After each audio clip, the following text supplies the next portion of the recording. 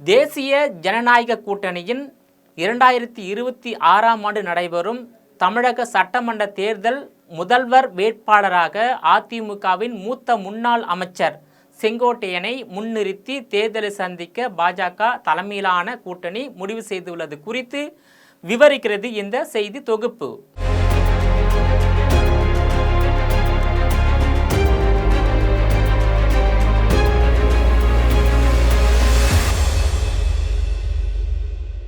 தமிழகத்தில் 2026ஆம் ஆண்டு நடைபெறும் சட்டமன்ற தேர்தலில் மீண்டும் அதிமுக பாஜக கூட்டணி அமைய நடிகர் சூப்பர் ஸ்டார் ரஜினிகாந்த் மேற்கொண்ட முயற்சி வெற்றி பெற்றுள்ளதாகவும் தமிழகத்தில் 2026ஆம் ஆண்டு நடைபெறும் சட்டமன்ற தேர்தலில் தேசிய ஜனநாயக கூட்டணியின் முதல்வர் வேட்பாளராக செங்கோட்டையனை முன்னிறுத்த பாஜக முடிவு செய்துள்ளதால் தமிழக அரசியல் களத்தில் புதிய திருப்பம் ஏற்பட்டுள்ளது. இந்த புதிய திருப்பத்தால் தமிழகத்தில் ஏற்படும் ஆட்சி மாற்றம் மற்றும் தமிழகத்தின் அதிமுகவின் சீனியர் அரசியல் தலைவர் செங்கோட்டையனை முதல்வர் வேட்பாளராக ஏற்கவும் அவருக்கு பிரச்சாரம் செய்யவும் பாஜக மாநில தலைவர் அண்ணாமலை அவர்கள் முழு சம்மதம் தெரிவித்துள்ளதாக கூறப்படுகிறது. தேசிய ஜனநாயக கூட்டணியில் பாஜக, பாமக, அமமுக, ஓபிஎஸ், அதிமுக அணி, தேமுதிக, புதிய தமிழகம், ஐஜேகே, தமாக, தமிழக மக்கள் முன்னேற்ற கழகம், புதிய நீதி கட்சி, புரட்சி பாரதம், புதிய தமிழகம் கட்சி என ஒரு பிரம்மாண்டமான கூட்டணியை அமைத்துள்ளது. தமிழகத்தில் இருந்து திமுக ஆட்சியை வீழ்த்த டெல்லி பாஜக வியூகம் வகுத்துள்ளது.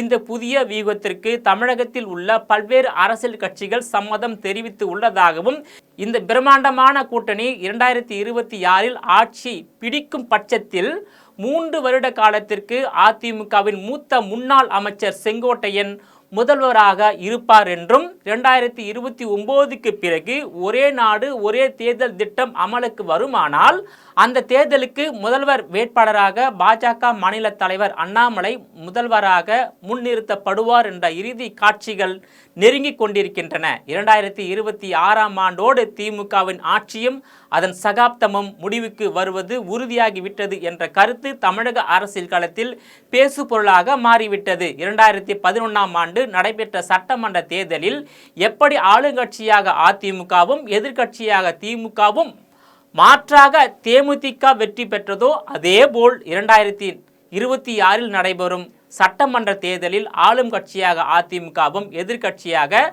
திமுகவுக்கு மாற்றாக தாவேகா இடம்பெறும் என்று எதிர்பார்க்கப்படுகிறது. ஆட்சியிலும் அதிகாரத்திலும் பங்கு என்ற அடிப்படையில் தான் 2026இல் அமையும் ஆட்சி கூட்டணி ஆட்சியாக இருக்கும் என்பதில் எவ்வித சந்தேகமும் இல்லை.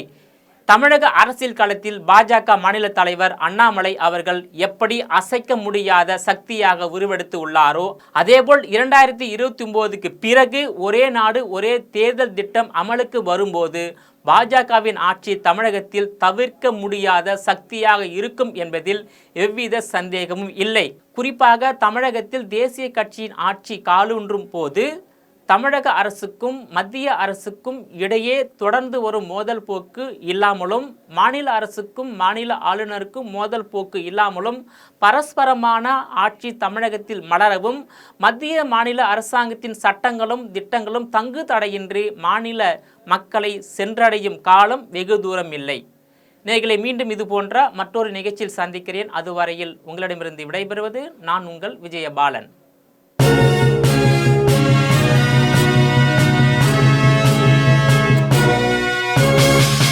உடனுக்குடன் அப்டேட் தெரிந்து கொள்ள ஜெம் டிவி தமிழ் ஆப்பை இன்ஸ்டால் செய்யவும்.